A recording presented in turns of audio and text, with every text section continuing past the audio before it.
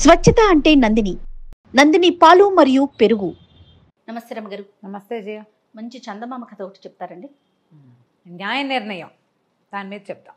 ఓ పూర్వం కాశ్మీర్ నగరానికి సుకేతుడు, కాశ్మీర్ రాజ్యానికి సుకేతుడు అని ఒక రాజుగారు ఉండేవారు. శ్రీనగరు కాశ్మీర్ రాజ్యానికి రాజధాని కదా. ఆయన చాలా బాగా పరిపాలించేవాడు. అయితే అలాగే ఈ శ్రీనగరానికి దగ్గర అంటే ఒక మాదిరి దూరంలో శ్రీనగరం అంత పేరు ప్రఖ్యాతులు ఉన్న ఇంకో నగరం ఉండేది. ఆ నగరంలో ఒక న్యాయాధికారి ఒక ఆయన ఉండేవాడట. చాలా అద్భుతంగా తీర్పులు చెప్పేవాడు. అప్పుడప్పుడు ఆయన చెప్పిన తీర్పుల గురించి శ్రీనగరంలో కూడా చర్చలు వచ్చాయి. శ్రీనగర్లో కూడా చర్చించుకునేవాడు. ఎంతో బాగా తీర్పు చెప్పాడు, ఆయన చాలా బాగా చేస్తాడని వింటూ ఉండేవాడు సుకేత మహారాజు. ఒకనాడు ఆయన ఏమనుకున్నాడంటే, ఏమిటో చూద్దాం. ఇప్పుడు ఆ ఊరు నుంచి శ్రీనగర్కి కథ చేరేటప్పుడు ఒక కథ ఏదైనా రకరకాల రంగులు పులుముకుంటుంది అంతేగా. అక్కడ ఉన్న విషయం ఒకటైతే ఇక్కడ ఇంకో కొత్త విషయం వస్తుంది కదా. రాజుగారి గాడి చెవులు అని చెప్తే ముత్తాత గారి గాడి చెవులు అని వస్తుంది చివరికి. అలాగే అవుతుంది. మనమే స్వయంగా వెళ్ళి చూద్దామని ఆయన భావించి ఒకసారి ఏం చేశాడట, సామాన్య దుస్తులు ధరించి తన పంచకళ్యాణి కాకుండా ఒక మామూలు గుర్రం, కొంచెం బలమైన గుర్రాన్ని వేసుకుని, అదే ఆ గుర్రం ఎక్కడుంది, ఆయన శాలలో ఉండేది రెగ్యులర్గా, ఆయన రెగ్యులర్గా తిరగడానికి వాడుకునేది పంచకళ్యాణి కాకుండా ఆ సామాన్య గుర్రాన్ని ఎక్కి ఇంకో నగరానికి వెళ్ళడం మొదలుపెట్టాడు. ఆ నగరానికి చేరటానికి ఇంకొక 10 ఆమడల దూరం ఉండగా ఒక ధర్మశాల ఏదో వచ్చింది. ఈయన అక్కడ దిగి ఏదో మంచినీళ్ళు తాగాడు, ఏదో ₹1 అక్కడ ఇచ్చాడు, పళ్ళు గిళ్ళు ఇవ్వ కనపడితే కొనుక్కుని తిన్నాడు. ఈయన మళ్ళీ గుర్రం ఎక్కుతుంటే ఒక బిచ్చగాడు ఒక అతను కనపడ్డాడు, ధర్మప్రభు అని దగ్గరకు వచ్చాట. ఈయన ఒక పావలా తీసి వాడి చేతిలో పెట్టబోతే అతను అన్నాడు, బాబు అది కాదండి, శ్రీనగరం వెళ్ళాలి, మరి అడుక్కునేవాడిని కానీ నేను, కాస్త ఏదో ఎవరి ధర్మం మీద అయినా బతికేవాడిని, కానీ వెళ్ళడానికేమో ఏ బండి దొరకలేదండి, మరి వానొచ్చేలాగా ఉంది, మీ గుర్రం ఎక్కించుకుని నన్ను దింపుతారా కాస్త అన్నాడు. గుర్రం చక్కగా బలమైంది, ఇద్దరిని ఈజీగా మోసేస్తుంది. ఈయన ఏమనుకున్నాడు, సామాన్యమైన బట్టలోనో అందుకని అడిగాడు, ఎక్కించుకుందాంలే అని అతన్ని కూడా తనతో పాటు ఎక్కించుకున్నాడు. ఇద్దరు కలిసి శ్రీనగరం లోపలికి చేరాక లోపలికి కూడళ్ళ దాకా వచ్చి, దిగవయ్యా బాబు అన్నాడు. ముందు నువ్వు దిగు అన్నాడు బిచ్చగాడు. అనేసరికి ఈయనేమనుకున్నాడు, ఓహో వీడు దిగలేడు, నేను దిగి ఇతన్ని దింపాలి అని చెప్పి తను దిగాడు. దిగాక ఇప్పుడు దిగన్నాడు. ఏమిటి దిగేది, నువ్వు దిగావుగా ఇంక నువ్వు వెళ్ళిపో అన్నాడు బిచ్చగాడు. రాజుగారు ఆశ్చర్యపోయాడు, అదేమిటి నా గుర్రం మీద కూర్చుని అలా అంటావు అనగానే బిచ్చగాడిని, నీ గుర్రం ఏమిటి, ఇంకా నయం, ఈ గుర్రాన్ని నాది, నువ్వు నిన్నెక్కించుకున్నా కూడళ్లలో నువ్వు దింపా, ఈ ఊరు మాది, ఈ గుర్రాన్ని నాదని మొదలుపెట్టాడు.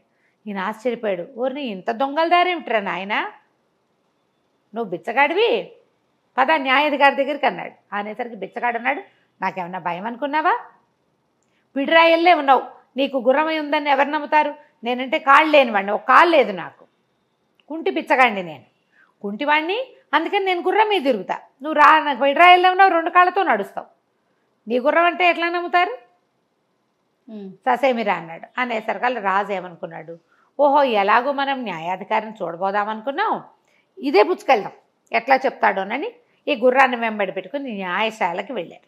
ఓకే. ఈయన కూడా ఎక్కాడు, ఇద్దరు కలిసి అక్కడ దాకా పోయాక సరే ఈయన లోపలికి వెళ్ళాడు. న్యాయం కోసం వచ్చామని చెప్పారు. బిచ్చగాడు ఇంకా గుర్రం మీదే కూర్చున్నాడు, ఈయన మాత్రం గుర్రం దిగాడు.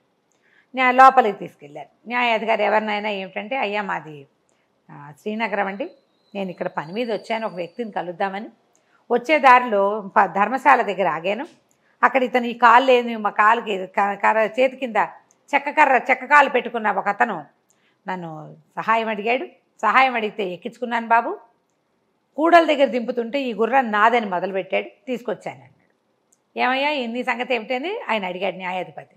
ఈ బుచ్చగాడు అన్నాడు, కుంటి బిచ్చగాడు, కాదండి బాబు, నాకు అసలు కాళ్ళు లేదు, ఒక కాలేమో పూర్తిగా లేదు, మోకాలు దాకా లేదు, 2వ కాలు పాదం దాకా లేదు, నేను కర్రలతోటే నడుస్తానండి, మరి తిరగలేక నేను గుర్రం కొనుక్కున్నాను, నా శక్తి అంతా ధారపోసి, ఈ గుర్రం నాదండి, ఆ రోడ్డు మీద ధర్మశాల దగ్గర ఉండి ఊళ్ళోకి వెళ్ళాలంటుంటే బళ్ళు ఎందుకని పోనీలేమని నేను ఎక్కించుకుంటే ఇట్లా అంటున్నాడండి అన్నాడు. ఆయన ఇద్దరికేసి పరకాయించి చూసి ఓ పని చేయండి, గుర్రాన్ని ఈరోజు మా దగ్గర అట్టి పెట్టండి, రేపొద్దున చెప్తా వెళ్ళిపోండి మీ ఇద్దరు అన్నాడు. అదే సమయానికి ఇంకో ఇద్దరు వచ్చారు. ఒక ఆవిడ మూగావిడని తీసుకుని ఇద్దరు, ఒక కరణం గారు ఒక రైతు. ఆ మూగావిడ తమ భార్య అంటే తమ భార్యని కొట్టుకుంటున్నారు వాళ్ళిద్దరు. ఆమెమో చెప్పలేదు. ఆమె ఏం చెప్పలేదు కదా భర్త ఎవరు అంటే. ఆవిడికి బాగా మాటలు కూడా అర్థం కావు. సరే ఈయన ఏమన్నాడు, ఆ భార్యని ఇక్కడ అట్టుపెట్టి మీ ఇద్దరు బొండి రేపు పొద్దున్న రండి అన్నాడు. అక్కడి నుంచి ఇంకో ఇద్దరు వచ్చారు. ఒకడేమో నూనెగా అనుకోవాడు, వాడు ఒళ్ళంతా అక్కడక్కడ నూనె మరకలు, చేతుల నిండా నూనె జిడ్డు, నూనె మరకలు, వాడు నూనె వాసన వస్తూ. ఇంకొకడు కటికవాడు, అంటే అతను మాంసం కొట్టువాడు అనమాట. అతని చేతిలో ఇంత డబ్బులుంటే ఏమని చెప్తున్నారు, బాబు నేను నూనె కొనుక్కోవటానికి వచ్చానండి, జేబులో చిల్లర ఎంచుతుంటే ఆ డబ్బులన్నీ నావేనంటున్నాడండి నూనె కొట్టువాడు అని కటికవాడు చెప్పాడు. నూనెవాడు అంటాడు, కాదండి ఈ కటికాయన నా దగ్గరకు వచ్చాడు, ఒక మొహరుకి అంటే బంగారు నాణ్యానికి చిల్లర ఇస్తానంటే నూనె తీసుకుంటానన్నాడు, నేను చిల్లర లెక్కిస్తున్నాను, చిల్లర లెక్కిస్తే మొత్తం చిల్లర నా దగ్గర నుంచి లాగేసుకున్నాడు, తందేనన్నాడు, మొహరు ఇవ్వలేదు, చిల్లర తందేనంటున్నాడండి అన్నాడు. అనేసరికల్లా ఇహ సరే ఈయన ఏమన్నాడు, చిల్లరంతా అక్కడ పెట్టండి, మీ ఇద్దరు వెళ్ళి రేపు పొద్దున్న రండి అన్నాడు. మర్నాడు రాజుగారు వెళ్ళిపోయాడు, కటికవాడు నూనెవాడు వెళ్ళిపోయారు, మన కరణం గారు రైతు కూడా వెళ్ళిపోయారు. మర్నాడు పొద్దున వచ్చేసరికల్లా సరే నేను ఏం చేశాడు, కరణం గారిని మొదట పిలిచాడు, మీ ఆవిడ మీరు తీసుకుపోండి అని చెప్పి ఆ రైతుకి 50 కొరడా దెబ్బలు కొట్టండి రా వీణ్ణి అని రైతుకి 50 కొరడా దెబ్బలు విధించాడు. ఓకే. రాజుగారు చూస్తున్నాడు, కరణం గారి భార్య ఆవిడ మూగావిడ ఉంది కదా, భర్తను చూడగానే కొంగు కప్పుకొని ఆయన వెనకాల పడి వెళ్ళిపోయి అక్కడి నుంచి ఈ నూనె కాసులు నూనెవాడు కటికవాడు మొత్తం కాసులు చిల్లర నాణ్యాలన్నీ కటికవాడివి, నూనెవాడికి 50 కొరడా దెబ్బలు విధించారు. నువ్వు మోసం చేయడానికి చూసావు, వ్యాపారాల్లో మోసాలు చేయడానికి కుదరదు, ఇంకొకసారి కనుక మళ్ళీ నువ్వు ఇలాంటి అభియోగంతో వచ్చావంటే నీ వ్యాపారపు లైసెన్స్ క్యాన్సిల్ చేస్తామని వాడిని బెదిరించారు. అక్కడి నుంచి రాజుగారిని వెంట తీసుకుని వెళ్ళి, బాబు మీ గుర్రాన్ని గుర్తుపట్టండి, వీళ్ళిద్దరిని తీసుకెళ్ళాడు. రాజుగారిని బిచ్చగాడిని తీసుకెళ్ళి గుర్రం దగ్గరికి తీసుకెళ్ళి ఉంచోబెట్టారు.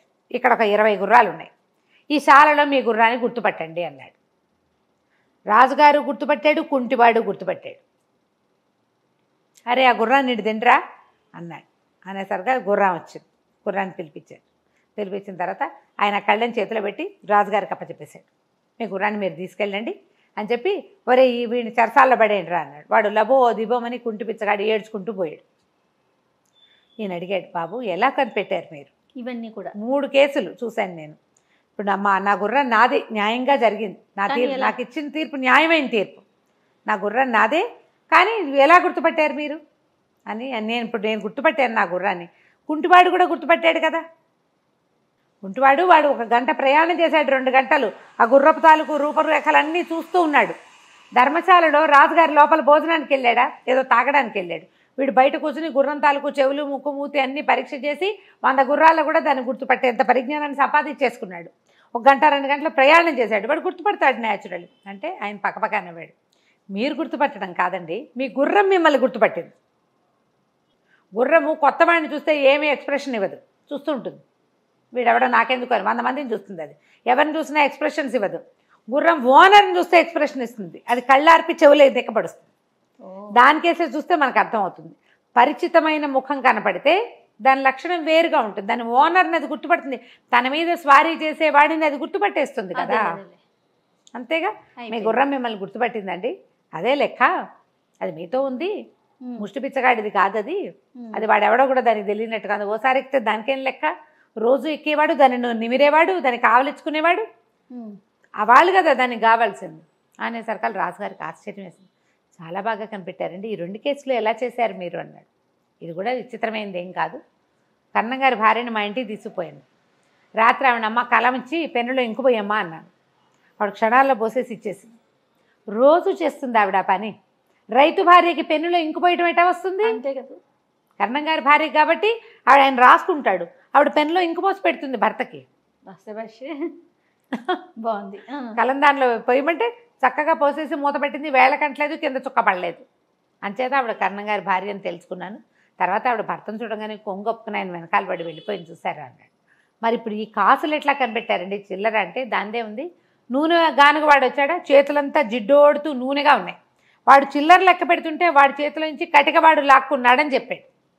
మరి ఇప్పుడు నూనె చేతులతో కాయిన్స్ లెక్క పెడితే నూనె అంటదా వాటికి?